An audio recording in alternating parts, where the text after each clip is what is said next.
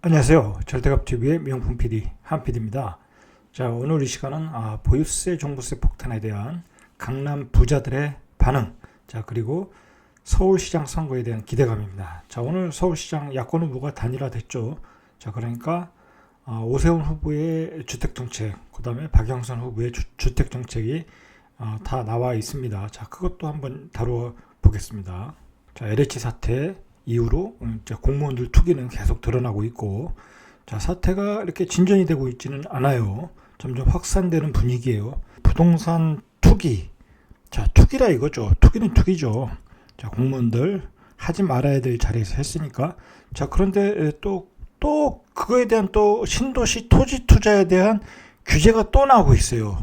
LH 직원 또는 공무원들이 투기하는 걸 막아야 되는데, 또 그 일반인들이 신도시 투자하는 거에 대해서, 즉 땅을 사는 거에 대해서 어떤 규제가 또 들어오는 것 같아요. 뭐가 나오기만 하면 그냥 부동산에 대한 어떤 그 좌파적인 규제가 막 들어오는 거예요.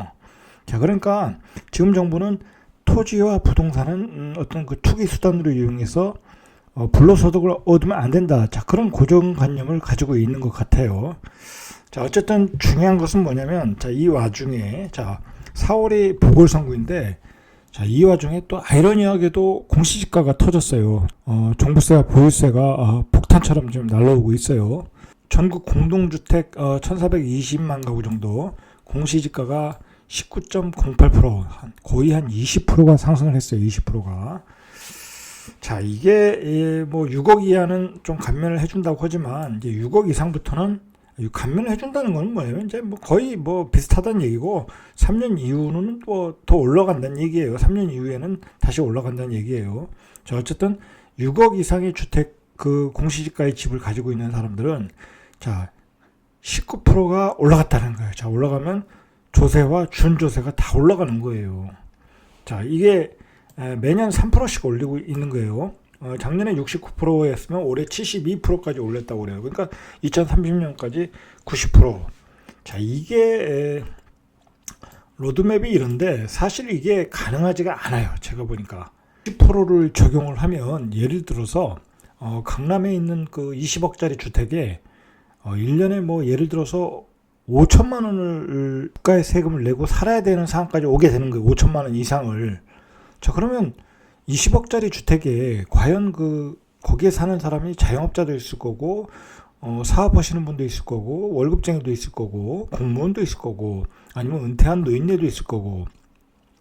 자, 그런 분들이 1년에 5천만 원을 내고 살 수 있겠냐 이거죠. 못 살겠죠. 5천만 원을 어떻게 내겠습니까? 못 산다는 거예요. 이게 현실적으로 이 불가능한 로드맵이 지금 계속 반복되고 있는 거예요. 자, 어쨌든 내년에는 공시가격이 또 급등한다. 자, 올해 그 종부세 부과 대상이 9억 초과.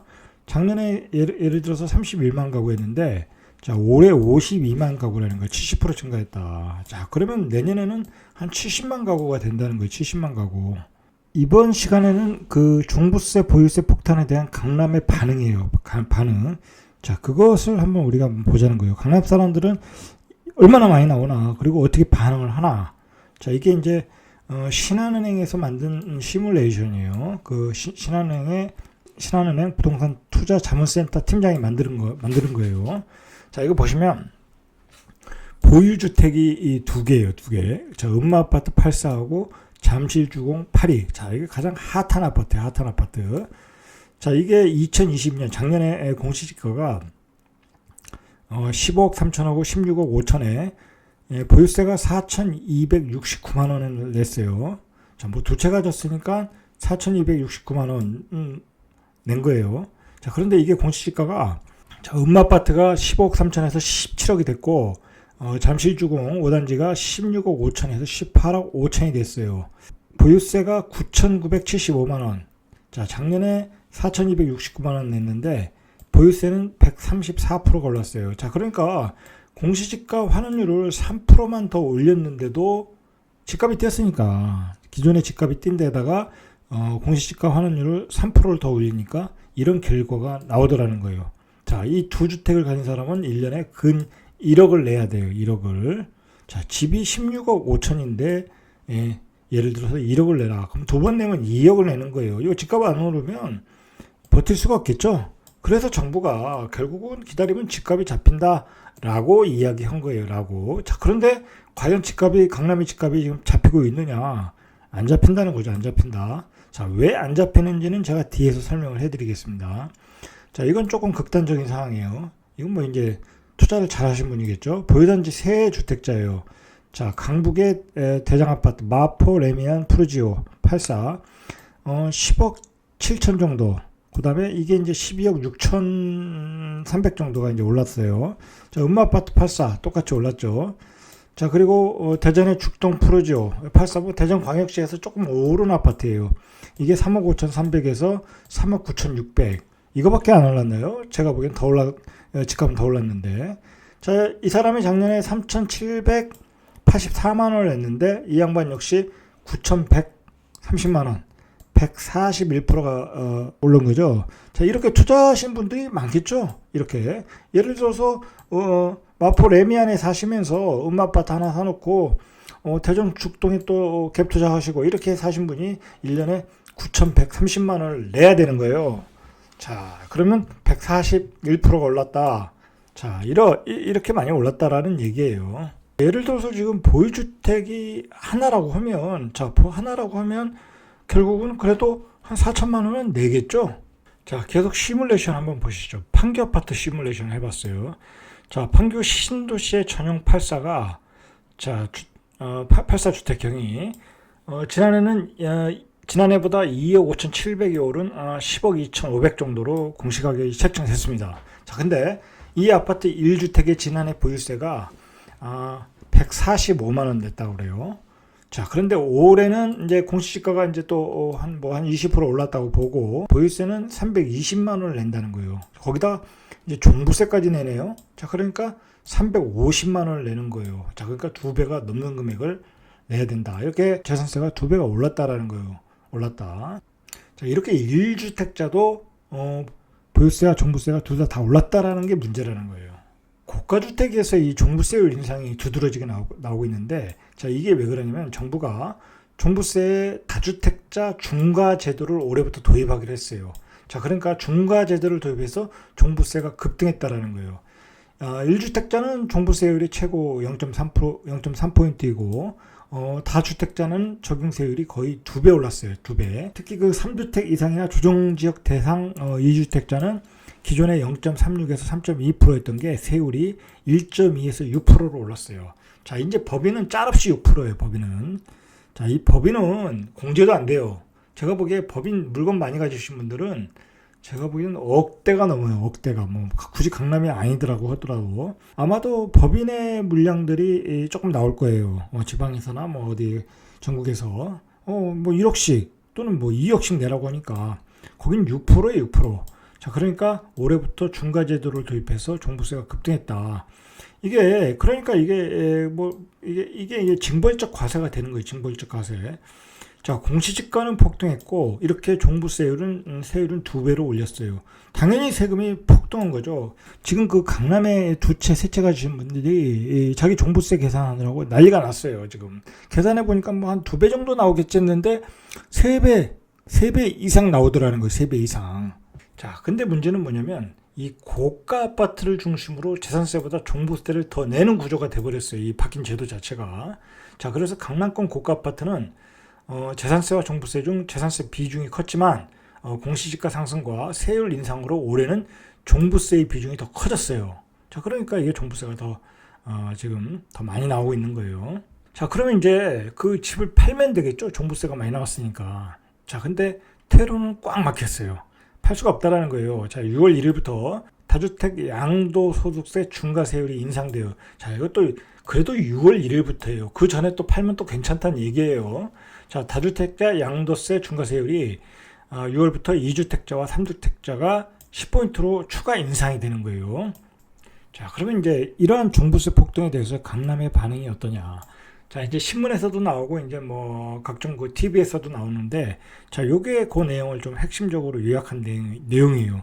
자, 다주택자들은 그러니까 작년에 그 강남의 다주택자들은 이미 종부세와 보유세의 폭탄을 맞았기 때문에 작년에 증여를 많이 했어요. 작년에도 팔 수 없는 상황이었으니까.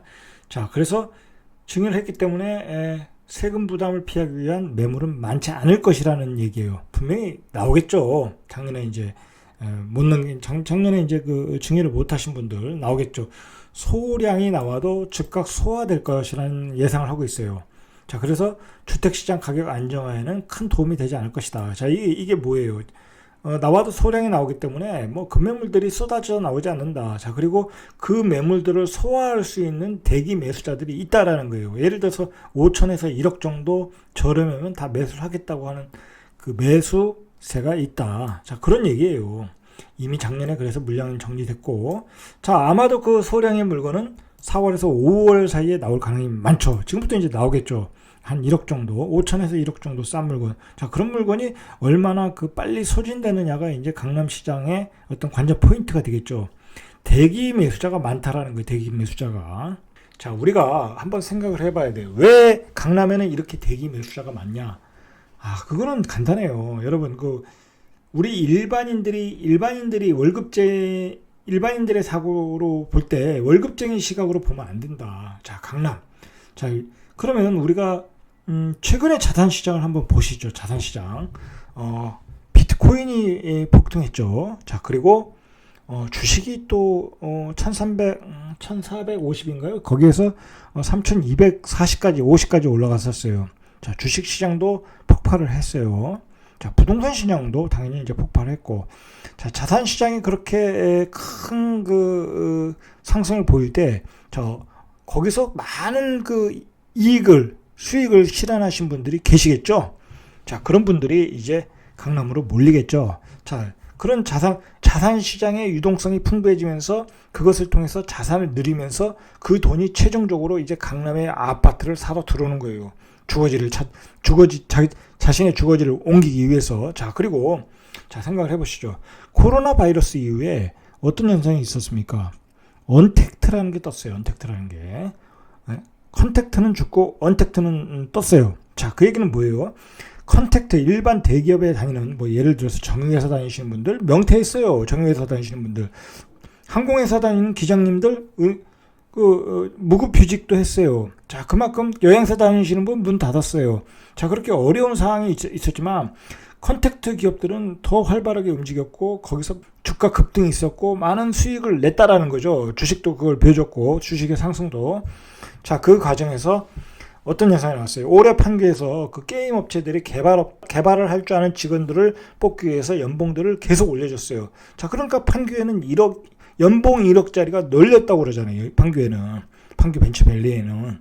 자, 그러니까 이 양극화가 되었다라는 거. 사회가 양극화가 되어 있다. 자, 그러면 양극화가 되어 있으니까 돈을 많이 버는 사람은 많이 벌고 못 버는 사람은 이제 못 버는 거예요. 자, 그 많이 버는 사람들이 바로 다 강남으로 달려가는 거예요. 강남은 거기 추가 공급이 안 됐잖아요. 그동안. 그죠?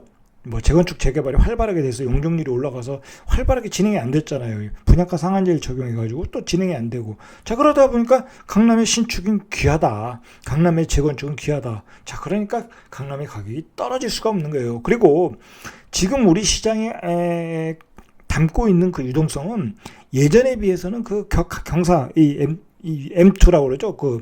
유동성의 양은 예전과 비교할 수가 없어요. 비교할 수 없으니까 지금 돈의 가치가 떨어졌고 그 돈의 가치가 떨어진 게 바로 금리로 나타나는 거예요. 우리가 8% 6% 금리였을 때와 지금 2% 3%라는 얘기는 예를 들어서 6%일 때 금리와 지금 3%대의 금리라는 얘기는 돈의 가치가 반이 떨어졌다는 거예요. 그러면 예전에 또 얼마 전에 3%였고 또 지금 코피스 기준금리는 1.5예요. 3%에서 1.5% 됐다는 얘기는 또 거기서 또 돈의 가치가 또 반이 떨어졌다는 거예요.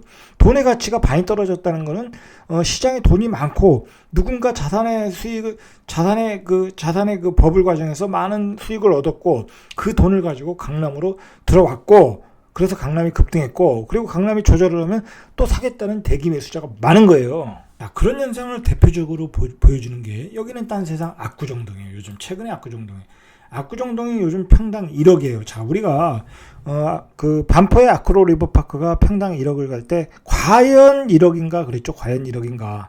자, 저거는 완전히 딴 세상이다 했는데 재건축 아파트가 이제 평당 1억이 온 거예요. 자, 왜 1억이 왔냐? 여기가 4구역, 5구역이 조합 인가를 했나 봐요. 조합 인가를 해서 자, 그 18일 날 국토교통부 실거래가 시스템에 의하면 자, 현대 1, 2차 아파트 63평짜리가 63억에 거래됐다고 그래요. 이 대형 평수가 평당 1억이 됐다. 자, 불과 한 달 사이에 11억 5천만 원이 올랐다고 그래요. 자, 이거는 이제 여러 가지 이유도 있지만 바로 서울시장 선거에 대한 기대감도 분명히 있습니다.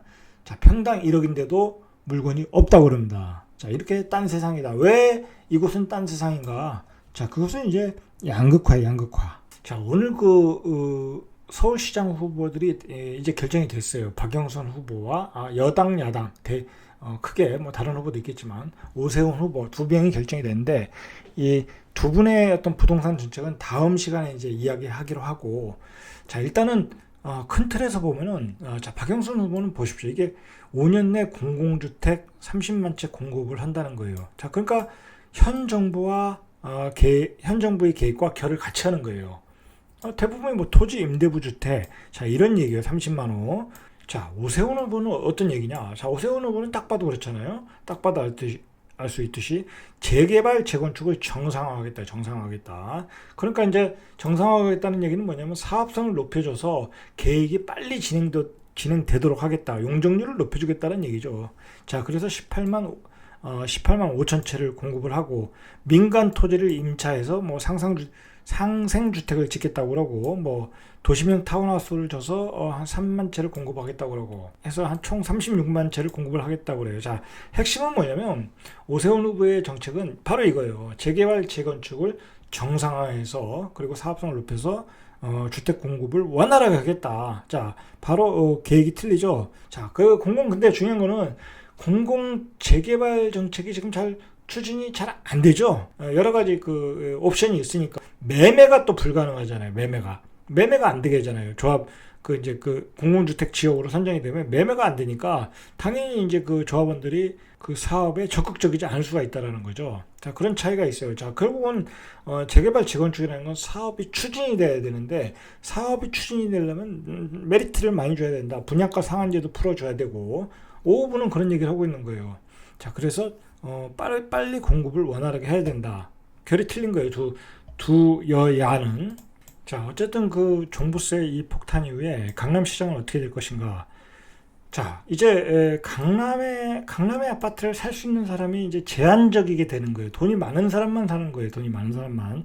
한 채를 살아도 20억짜리 살면은 이제 4천만 원, 뭐 이제 5천만 원까지 내야 될 상황이 오니까 일반 셀러리면 뭐 은퇴한 사람들 뭐 도저히 살 수가 없어요. 자, 그러니까 꼭 살아야 되는 사람들이 있으니까 전세나 월세로라도 자, 뭐 거기에 직장이 있거나 아니면 뭐 교육 학군 때문에 이제 그곳에 살아야 되는 사람이 있어요. 자, 그러니까 강남의 전세와 월세 가격은 급등할 것이다. 자, 그런데 강남의 종부세를 또 내야 되니까 그 전세는 뭐 전세 준 사람이 그 돈을 받아가지고 뭐 종부세를 내겠습니까? 당연히 이제 강남의 전세는 이제 희소 가치가 있어지는 거. 강남의 전세는 씨가 마르는 거예요.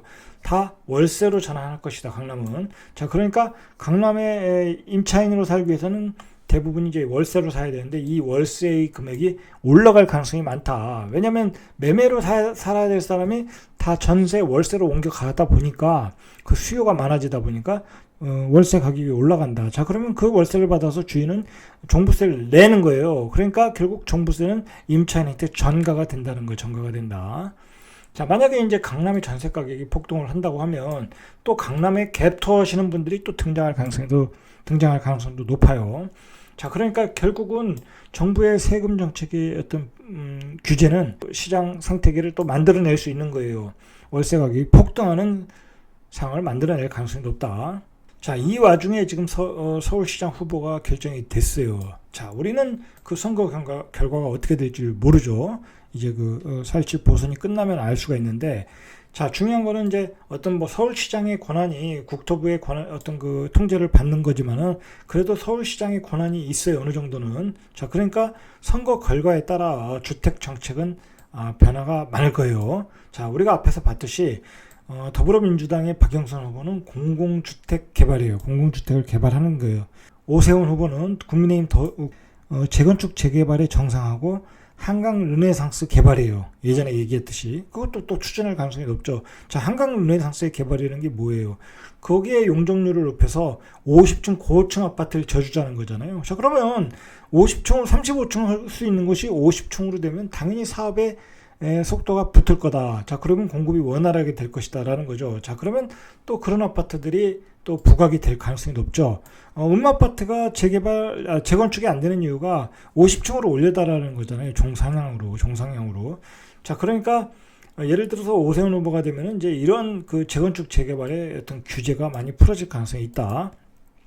박영선 후보가 되면 공공주택 재개발로 갈 가능성이 높다. 자, 이런 거를 이제 보고서 지금 그런 기대감을 가지고 시장이 움직이고 있는 거예요. 자, 시장의 기대감은 그래서 강남의 재건축이 활발해질 수 있다. 자, 그런 반응이 이제 압구정동 재건축으로 나타나고 있는 거예요. 그러니까 물건이 다 빠지고 물건이 마르고 있는 거예요. 자, 그리고 마지막으로 말씀드리는 게 아까도 얘기했듯이 이 종부세 폭탄의 물량들은 작년에 이미 많이 정리가 됐다. 증여로. 자, 올해도 그런 매물이 소량으로 나오지만 대기 매수세는 많이 있다고 이제 부동산에서 하는 얘기예요.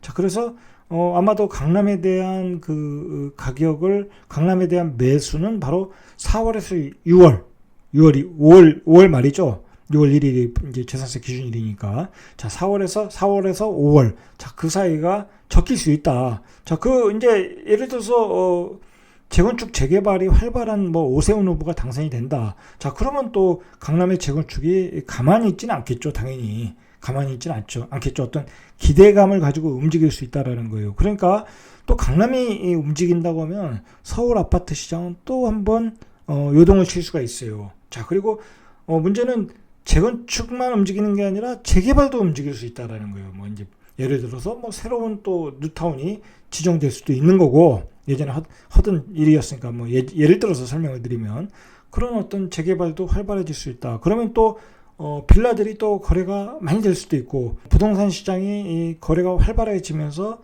주변부의 갭매우기가 시작될 수 있다라는 거예요. 또 이게 재밌게도 또 그 연말로 갈수록 공급 물량이 또 말라요. 공급 물량이 마르다 보니까 전세 가격이 또 오를 가능성이 있겠죠. 또 전세가가 오르면 또 매매가도 오르고, 자, 그러한 그 악순환이 예상이 된다라는 거예요. 제가 개인적으로 생각할 때. 자, 그러니까 지금 그 부동산 시장을 관망하고 계시는 분들은 최소한 강남에 대해서 매수 타임을 가지고 계신 분들은 4월에서 5월이 적합할 수 있고, 그 다음에 내 집이 없으신 분들, 뭐 서울이나 경기도 수도권에 있으신 분들도 바로 그런 시기가 적당할 수 있어요. 왜냐하면 보선이 끝나고 나면 물량 공급도 마르고, 그리고 새로운 정치판이 또 만들어지고, 그 정치판에 따라 새로운 정책이 나오면서 부동산 시장이 요동을 칠 수 있어요. 자, 그런 점을 좀 참고하셔가지고 내 집 마련에 신경을 각별히 쓰시기 바랍니다. 이상 절대값TV의 명품 PD 한 PD였습니다.